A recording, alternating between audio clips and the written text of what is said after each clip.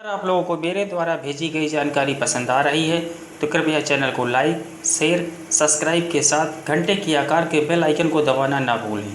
धन्यवाद। नमस्कार दोस्तों, तंत्र रहस्य चैनल को देखने वाले सभी दर्शकों एवं सभी साधक मित्र भाई बहनों को मेरा नमस्कार। मेरा नाम पुष्प प्रकाश तिवारी है। मित्रों, आज हम लोग दो महत्वपूर्ण विषयों में बात करेंगे, जिनमें पहला अटूट श्रद्धा और दूसरा संस्कारित साधना स्थल की साधना में आवश्यकता क्यों।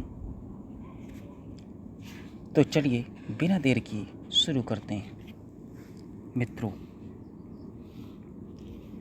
साधना के द्वारा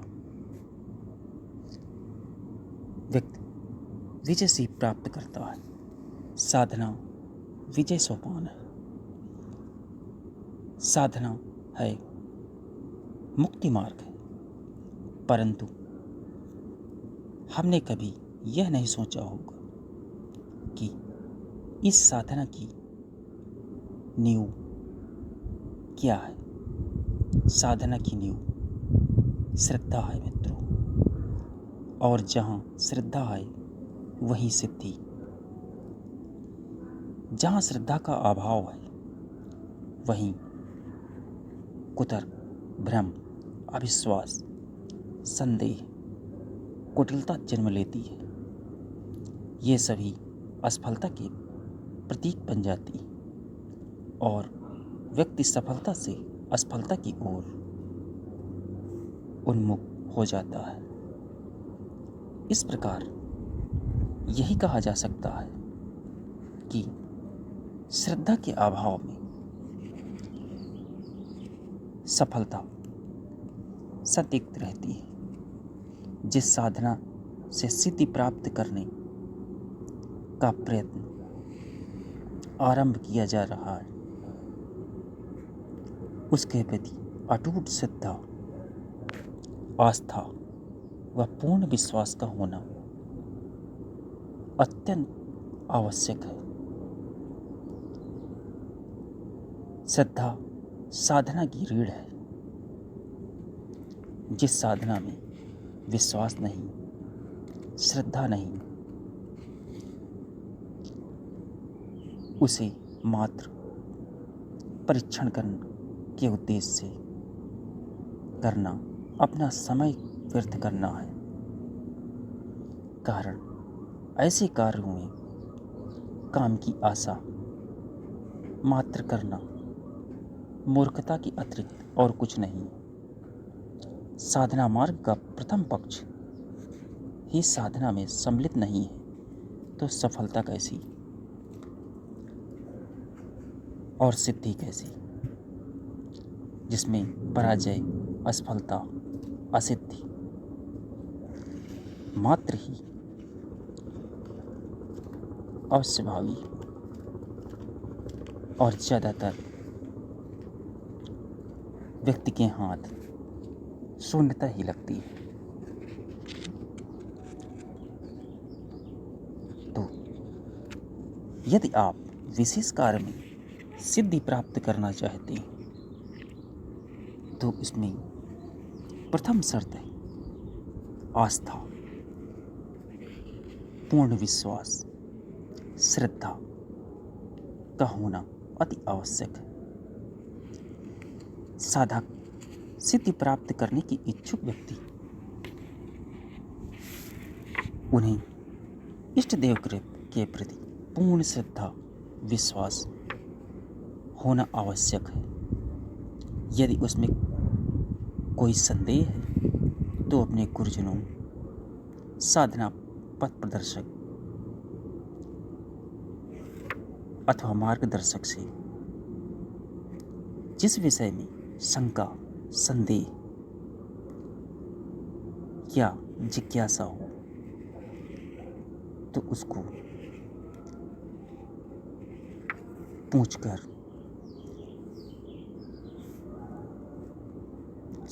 अपनी जिज्ञासा को शांत कर लेना चाहिए। सच्चे सद्गुरु तथा शिष्य की शंकाओं व भ्रमों एवं जिज्ञासाओं को शांत करने में गुरु को प्रसन्नता होती है। जब संदेह दूर होते हैं मित्रों, तो श्रद्धा में अटूट वृद्धि होती है और विश्वास दृढ़ता आती है, जिससे विश्वास होने मजबूत होने पर व्यक्ति आसानी से सिद्धि साधना में सफलता प्राप्त करता है। हमारे शास्त्र के अनुसार शास्त्रों में श्रद्धा का गुणगान मुक्त कंठ में किया गया है।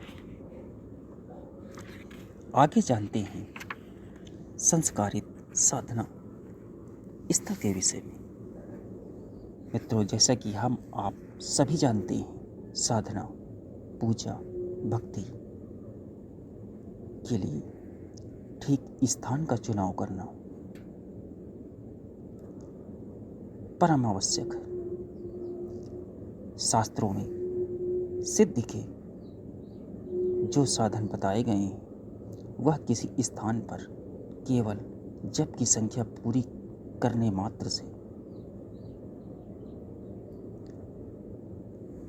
मात्र के लिए पर्याप्त नहीं। वह ये भी आवश्यक नहीं कि आपको वहाँ सफलता मिल ही जाए।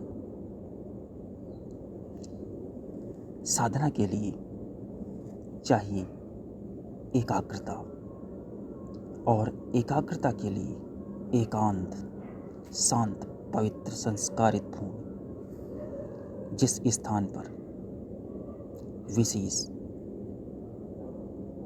गुण वातावरण में मौजूद हो, वह साधना के लिए उपयुक्त माने जाते हैं। शास्त्रों के अनुसार अनुष्ठान के लिए एकांत उद्यान, पवित्र वन, संगम तीर्थ, गुफा, सरिता तट, पुण्य स्थल, मंदिर, सिद्धिपीठ, बिल्व वृक्ष के तने, पर्वतों की तराई व गौशाला, सिद्धिपीठ, अपने घर के एकांत स्थल व पीपल व आंवले के वृक्ष के नीचे साधना के लिए ये स्थान उपयुक्त बताए गए। ज़्यादातर घर पर की गई साधना सर्वथा असफल हो जाती है और इससे व्यक्ति को अपेक्षित लाभ प्राप्त नहीं होता। इसका मुख्य सिद्धांत है कि जहाँ चित्त की एकाग्रता प्राप्त में सफलता मिलती है, वही स्थान सर्वाधिक साधना हेतु, पूजा, ध्यान के लिए उपयुक्त है। साधना घर में साधना स्थल यदि एकांत में है, शोर शराबे से दूर, शांत और दिव्य वातावरण हो तथा वहाँ कभी कभी यज्ञ, हवन, अनुष्ठान आदि होते हों, उस स्थान पर अभीष्ट लाभ व सिद्धि प्राप्त की जा सकती है। वहाँ परिवार के बाकी सदस्यों का आना जाना कम हो, व्यर्थ शोरगुल ना हो, ताकि साधना में बाधा ना पड़े। निरंतर साधना करते रहने से एक निश्चित समय के बाद वह स्थान संस्कारित होने लगता है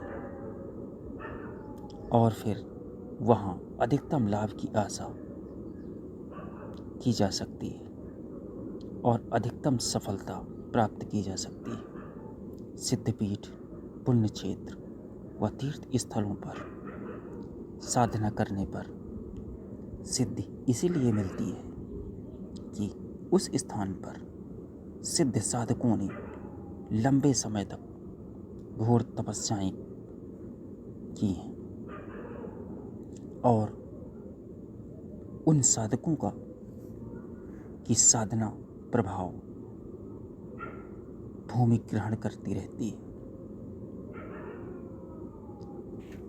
जिस कारण वहाँ साधना करने से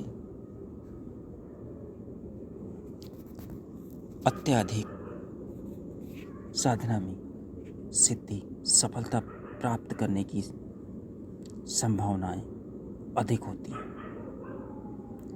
जिस भूमि पर जितनी अधिक साधना की जाती है वहाँ पर उतनी ही शीघ्रता से सिद्धि प्राप्त होती है।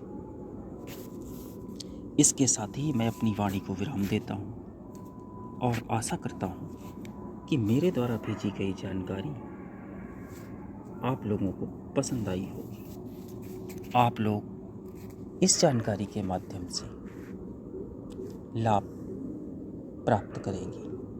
अतः आप अपने सुझाव, अनुभव व यदि आपकी कोई साधना से संबंधित कोई समस्या या प्रश्न है तो आप मुझे मेल कर सकते हैं।